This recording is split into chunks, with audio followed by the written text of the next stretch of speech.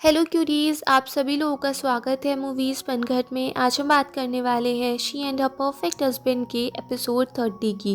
Episode की starting होती है टैंग हुई क्विंची को मिस्टर वैंग से मिलाती है। मिस्टर वैंग उनकी लॉ फर्म में इसलिए आए हुए थे क्योंकि अब वो हुपिंग के साथ कुछ बिजनेस करने वाले हैं। तो मिस्टर वैंग यही चेक करने के लिए आए थे कि यहाँ पर सब काम किस तरीके से होता है, कुछ इलीगल तो नहीं हो रहा है। तो उसको कंपनी के बारे में सब कुछ जानना था। तो उस काम के लिए टैंग हुई ने क्विंची और मिस्टर क्याओ को ही लगा दिया था। फिर क्विंची अपना कार्ड भी दे देती है मिस्टर वैंग को। तो मिस्टर वैंग उससे कहते हैं कि येंगवा कैसा है, उससे मुझे मिलना था, कुछ बात करनी थी। उस दिन तो कुछ हो नहीं पाई थी।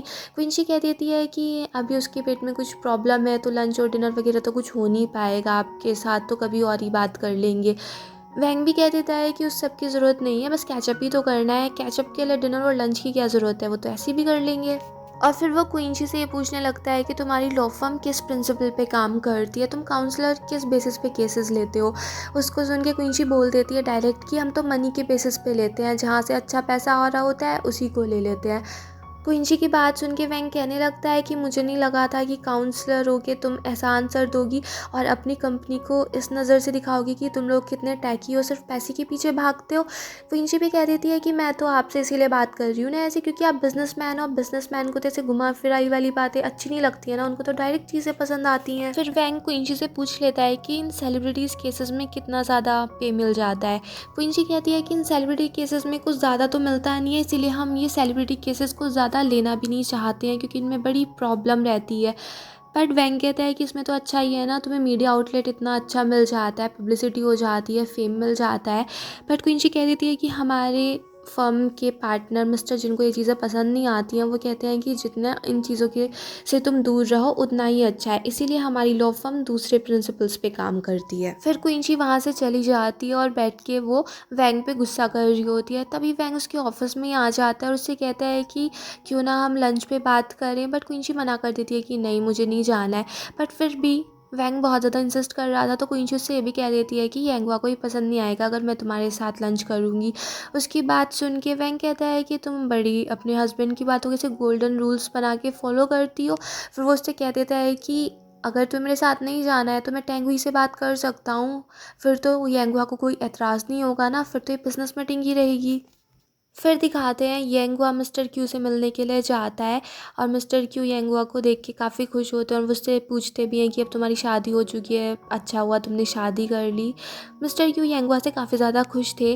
बट येंगवा उनसे डायरेक्ट एक ही क्वेश्चन पूछ लेता है कि उस साल उस प्रोडक्ट में जो कुछ हुआ था, क्या उस सब का आपको पहले से ही पता था, आपने उसमें कितना प्रॉफिट कमाया। उसकी बात सुन के मिस्टर क्यू कह देते हैं कि आज तक मैंने कभी किसी ऐसे पैसे को हाथ नहीं लगाया जो इलीगली लिया गया हो। फिर येंगुआ को भी मिस्टर क्यू की सच्चाई पे भरोसा हो जाता है और वो जैसे वहाँ से निकल के आता है, लीडा उससे पूछने लगती है क्या तुम फिटनेस बनने के लिए तैयार हो। बट येंगुआ बोल देता है कि मैंने सिर्फ तुमसे इतना ही प्रॉमिस किया था कि मैं उनकी बात सुनूंगा, इससे ज़्यादा और कोई बात नहीं हुई थी, और वहाँ से चला जाता है। उस सब को सुन के लीडाई क्विंची को फ़ोन करती है और फिर वो क्विंची को मिलने के लिए बुलाती है और वो क्विंची से कह देती है कि क्विंची, तुमने तो बड़ा ही अच्छा काम किया, तुमने अपनी लॉ फर्म में कितना बड़ा झूठ बोल रखा है। पहले तो ये कि तुमने शादी कर रखी थी और फिर तुम अपने हस्बैंड का बैकग्राउंड भी तुमने इतना हाई क्लास बना रखा है, बट वो सब भी झूठ है। अगर ये सब कुछ मैं टेंगुई को बता दूँ तो क्या होगा। तो इसलिए ये सब कुछ मैं टेंगुई को ना बताऊं, तुम्हें ये प्रॉमिस करना होगा कि येंगुआ मिस्टर क्यू के केस में विटनेस भी बनेगा और जो मैं उससे हेल्प मांगूंगी वो सब कुछ भी प्रोवाइड कराएगा। फिर दिखाते हैं येंगुआ भी सोच में था कि वो मिस्टर क्यू की हेल्प करे ना करे। तो वो सोचता है कि उसके दोनों टोर्टोइज उसकी हेल्प करेंगे और दोनों टोर्टोइज वही ऑप्शन चूज़ करते हैं जिसमें ये था कि उसको मिस्टर क्यू की हेल्प करनी है। इसलिए फिर वो मिस्टर क्यू से रिलेटेड सारी चीज़ें पढ़ने में लग जाता है। फिर दिखाते हैं क्विंची जैसे ही घर पे आती है वो रूम में चली जाती है। फिर येंगुआ क्विंची के लिए गर्म पानी भी लेके आता है जिससे उसके पैरों को थोड़ा आराम मिल सके। और फिर क्विंची उसको बता देती है कि आज उसको ऑफिस में वैंग मिला और वो कुछ टाइम के लिए ऑफिस में रहने वाला है, क्योंकि हुपिंग से बिजनेस के लिए कुछ बातें होनी है। उस सबको सुन के येंगुआ काफ़ी चुप हो गया था। क्विंची कहती है कि क्या हुआ। बट येंगुआ कह देता है कि अगर मैं पहले जैसा ही होता तो मैं तुम्हारी हेल्प कर देता। उसकी बात सुन के क्विंची कहती है कि अगर तुम हर चीज़ में मेरी हेल्प करने लगोगे तो फिर मैं अपने आप ही क्या करूँगी। येंगुआ कहता है कि अगर मैं पहले जैसा इंसान होता, पहले वाला येंगुआ होता, तो क्या तुम मुझे पसंद करती। क्विंची भी कह देती है कि मुझे पता ही नहीं कि तुम पहले कैसे थे, गोल्डन बॉय थे, स्टूडियो से स्टूडेंट थे या क्या थे, बट अब भी हो, जैसे भी हो तुम मुझे अभी बहुत पसंद आते हो क्योंकि तुम इतने ज़्यादा काइंड हार्टेड हो, इतने ब्रेव हो। भले से तुमने लाइफ में कितना कुछ फेस किया है मगर तुमने अपनी रूट्स कभी नहीं भूली, तो मुझे यही यंगवा बहुत पसंद है। बट फिर भी यंगवा क्विंची से बोल देता है कि थोड़ा वैंग से संभल के रहना, वो बहुत ही ज़्यादा स्कीमिंग इंसान है। क्विंची पूछती है कि क्या उसकी कोई वीकनेस है, कोई कमज़ोरी है। यंगवा कहता है कि उसकी कोई भी कमज़ोरी नहीं है, अगर होती तो वो आज यहाँ तक नहीं पहुँच पाता।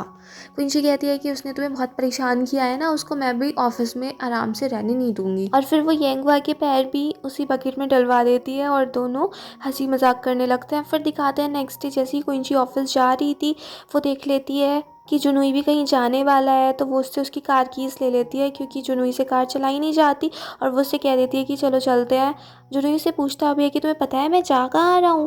क्विंची कह देती है कि हाँ हाँ मुझे सब पता है, तुम सबूत इकट्ठा करने जा रहे हो, और वैसे भी हमें पता तो होना चाहिए कि रियलिटी क्या थी, कौन सच बोल रहा है कौन झूठ बोल रहा है, आखिरकार हम काउंसलर हैं, इतनी मोरालिटी का तो ध्यान हमें रखना ही पड़ेगा। फिर दिखाते हैं वैंग अच्छे से तैयार होके क्विंची के पास जा ही रहा होता है उसको लंच पे ले जाने के लिए, बट उसको पता चलता है कि क्विंची तो आज किसी दूसरे काम से बाहर चली गई है और उसे सारी इन्फॉर्मेशन अब मिस्टर क्याओ देंगे। फिर दिखाते हैं क्विंची उस होटल में पहुंच जाती है और वहाँ पे सब कुछ देख लेती है कि कैसी सर्विस होती है, कहाँ पे क्या चीज़ें हैं, कहाँ पे कैमरास लगे हुए हैं। वो थोड़ा जानने की भी कोशिश करती है कि क्या हुआ था, बट ऐसे कोई ढंग की इन्फॉर्मेशन मिलती नहीं है। और ये भी पता चल जाता है कि ऐसे में जब बड़े बड़े सेलिब्रिटीज़ आते हैं तो उनको जितने भी एम्प्लॉयज़ होते हैं वो कोई फ़ोटोग्राफी या फिर कैमरा ऑन नहीं कर सकते हैं, उन लोगों की वीडियो वगैरह नहीं ले सकता है। फिर दिखाते हैं वूफी उस एक्ट्रेस से पूछ रही होती है कि तुमने बताया ना कि तुम्हारे पास कोई विटनेस है, तो उसका नाम वगैरह बता दो, एक बार हम उससे सब क्रॉस चेकिंग कर लें ताकि हमें सब कुछ पता रहे। तो वह एक्ट्रेस उससे कह देती है कि मेरा विटनेस है वो बिल्कुल परफेक्ट है और उससे जानने पूछने की कोई ज़रूरत नहीं है, मुझ पर भरोसा रखो, बिल्कुल सब ठीक ही होगा। फिर दिखाते हैं क्विंची और जुनूई लंच कर रहे होते हैं और क्विंची उससे कह देती है कि इस केस में मैं भी तुम्हारी हेल्प कर दूंगी, और वैसे ही मुझे तुमसे केस लेना नहीं है, बट जब बहुत सारे लोग एक काम को करते हैं तो वो काम हमें जल्दी चीज़ें मिल जाती हैं, तो तुमने भी अपने लोग लगा रखे हैं, मैं भी अपने लोग लगा दूंगी, हमें जल्दी सारे एविडेंस मिल जाएंगे। फिर दिखाते हैं जब जुनूई अपने ऑफिस में आता है तो उसका इन्वेस्टिगेटर वहीं पर बैठा होता है। जुनूई उससे जाने के लिए बोल देता है तो इन्वेस्टिगेटर जा ही रहा था। फिर जुनूई इससे पूछ लेता है कि आखिर काम क्या था, तो बता देता है कि एक्चुअल में तुम्हारी गर्लफ्रेंड वूफी ने मुझसे ये कहा है कि मैं यंगवा के बारे में इन्फॉर्मेशन निकालूं। और वो जुनूई को बता देता है कि अभी तक उसने क्या सर्च किया है कि यंगवा का जो रिज्यूमे है वो 4 साल पुराना ही है, और जितनी बातें उसने सर्च की उससे साफ साफ पता चलता है कि 4 साल से यंगवा ने कोई जॉब नहीं की है, वो बेरोज़गार ही था। उसकी बात सुन के जुनूई बोल देता है कि ये बात वूफी को मत बताना और ये बात कहीं बाहर भी ना फैले। तो इन्वेस्टिगेटर पूछता है तो फिर मैं वूफी को बताऊं क्या। जुनूई बोल देता है कि तुम तो बहुत कुछ बता सकते हो, कुछ भी बना के उसको बता दो, मगर ये बात उसको नहीं पता लगनी चाहिए। फिर दिखाते हैं जैसे ही क्विंची घर पे आती है, यंगवा उसका बैग वगैरह संभाल के उसके शूज़ वगैरह ठीक करके रख देता है और क्विंची उससे कह देती है कि आज मैं तुम्हारे लिए कुकिंग करने वाली हूँ। यंगवा उसको देख के चौंक जाता है कि तुमसे कुकिंग आती भी है, बट क्विंची बोल देती है कि लास्ट टाइम ही तो मुझसे वो सब जल गया था, बट इस बार मैंने सब कुछ अच्छे से सीख लिया है। और फिर वो यंगवा के लिए कुछ स्पेशल रेसिपी तैयार करती है जो उसने एक होटल में खाई थी और वो यंगवा को काफ़ी ज़्यादा पसंद आई थी। फिर यंगवा उससे पूछने लगता है कि क्या तुम्हारी फर्म आजकल ऐसी ही चल रही है कि तुम्हें हुपिंग के इन्वेस्टमेंट की ज़रूरत है। तो क्विंची बोल देती है कि हाँ सब कुछ चल भी ऐसे ही रहा है और फिर कंपनी में मेरी पोजीशन भी कुछ ऐसे ही है। जब तक जुनूई नहीं था तब थोड़ी ठीक ही थी, बट अब जब से जुनूई आ गया है तो कंपटीशन और ज़्यादा बढ़ गया, और फिर अब जुनूई के पास इतना अच्छा केस है, इतनी पब्लिसिटी है, मीडिया है, तो वो और ज़्यादा आगे निकल ही जाएगा, तो मेरी पोजीशन कुछ ऐसे ही चल रही है। डिनर के बाद यंगवा बर्तन धोने लगता है और क्विंची भी टेबल वगैरह सब साफ़ कर रही थी, और वो उससे कहती है कि लीड आई ने तुम्हें ऐसे सिंपैथी कार्ड दिखाया होगा ना कि तुम्हें मिस्टर क्यू की हेल्प करनी होगी, और वो सारी वही बातें बताती है। यंगवा भी कहता है कि हाँ तुम लीड आई को बहुत अच्छे से जानती हो, और फिर क्विंची उससे कह देती है कि तुम कुछ भी सोचो, अगर तुम्हें मिस्टर क्यू की हेल्प करनी है या नहीं करनी है, मैं तुम्हारा हर कंडीशन में साथ दूंगी। और फिर वो मिस्टर क्यू की काफ़ी बुराई भी करने लगती है कि उनकी वजह से तुमने कितनी प्रॉब्लम फेस की, तुम्हें कहीं जॉब नहीं मिली, अब तुम उनसे मिलने चले गए, यही बड़ी बात थी, अब इससे आगे कुछ करने की ज़रूरत नहीं है। और फिर उसको याद आता है कि उससे ली डाई ने क्या बोला था, तो वो यांगवा से ये भी कह देती है कि अगर तुम उनकी हेल्प करना चाहते हो तो कर दो, उससे भी मुझे कोई दिक्कत नहीं है, क्योंकि हम इतने अच्छे इंसान हैं, हमें लोगों की हेल्प करनी चाहिए। यांगवा कहता है कि इतनी जल्दी डिसीज़न बदल दिए। क्विंजी बोलती है कि वैसे सच बात तो ये है कि ली डाई ने मुझे थोड़ा सा प्रेशराइज़ करा, और इसीलिए मैं कह रही हूँ कि अगर तुम्हें हेल्प करनी है तो कर दो, मैं तुम्हें सपोर्ट करती हूँ। फिर यांगवा ये बात सुन के वहाँ से गुस्से में जाने लगता है और वो उससे कह देता है कि ये ट्रिक्स अपनी सिर्फ ऑफिस में ही छोड़ के आ जाया करो, यहाँ पर इन सब की ज़रूरत नहीं है। और फिर वो अंदर चला जाता है। क्विंची भी गुस्सा कर रही होती है कि पहले तुम ही ने तो कहा था कि मैं जैसी हूँ वैसी बन के रहूँ, अपनी सारी बातें तुमसे शेयर करूँ, अब मैं कर रही हूँ तो तुम्हें बुरा लग रहा है। नेक्स्ट मॉर्निंग दिखाते हैं, क्विंची जब उठती है वो देखती है ब्रेकफास्ट तैयार रखा होता है, उसमें वहाँ पे एक नोट लगा हुआ था। यांगवा ने उससे बोल दिया था कि बस अपनी जॉब पे फोकस करो, जिसको देख के क्विंची खुश हो जाती है और वो उस नोट पे एक किस दे देती है। फिर दिखाते हैं यांगवा सब कुछ अपने काम में लग जाता है। फिर दिखाते हैं यांगवा काइलियांग को बता देता है कि उसने प्रमोशन को रिजेक्ट कर दिया और साथ में वो जो उसकी अभी पोजीशन है उस पर वो उसी पे बना रहेगा और 4 महीने 28 दिन तक वहीं पे काम करने वाला है। उसको सुन के काइलियांग उस पर काफ़ी गुस्सा करता है कि तूने अपना प्रमोशन ठुकरा दिया, बट मुझे तो प्रमोशन चाहिए था ना, मैंने अपनी वाइफ से ही बोल दिया था कि मेरा प्रमोशन होने वाला है, अब तेरी वजह से सब कुछ ये बेकार हो गया। यांगवा कहता है कि तुझे इतनी प्रमोशन की क्यों पड़ी हुई है। काइलियांग कहता है कि पिछले 5 साल से मैं यहीं पर हूँ, अगर तुझे प्रमोट नहीं होना था या कुछ भी, एक बार तो चला जाता इन्वेस्टमेंट डिपार्टमेंट में और साथ में मुझे ही ले जाता, थोड़ा मेरा ही प्रमोशन हो जाता। यांगवा भी उसकी बात सुन के हंसने लगता है। फिर दिखाते हैं ऑफिस में वो भी बहुत ज़्यादा गुस्से में जाती है क्विंची के ऑफिस में और उसको डांट रही होती है कि तुम्हारी हिम्मत कैसी हुई हमारी केस को इन्वेस्टिगेट करने के लिए।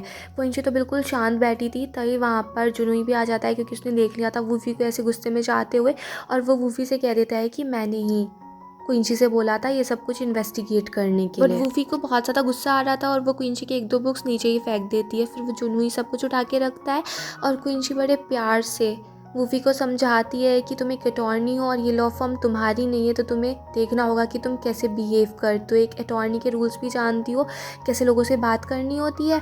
फिर वूफी और जुनूई वहाँ से चले जाते हैं और वूफी जुनूई पे बहुत ज़्यादा चिल्ला रही होती है और उनकी आवाज़ें बाहर से वैंग भी सुन रहा था। और फिर यहीं पे एपिसोड फिनिश हो जाता है। अगर आपको ये पसंद आया हो तो प्लीज़ मेरे चैनल को सब्सक्राइब करें, लाइक करें, शेयर करें, कमेंट्स करें and bye bye till next video.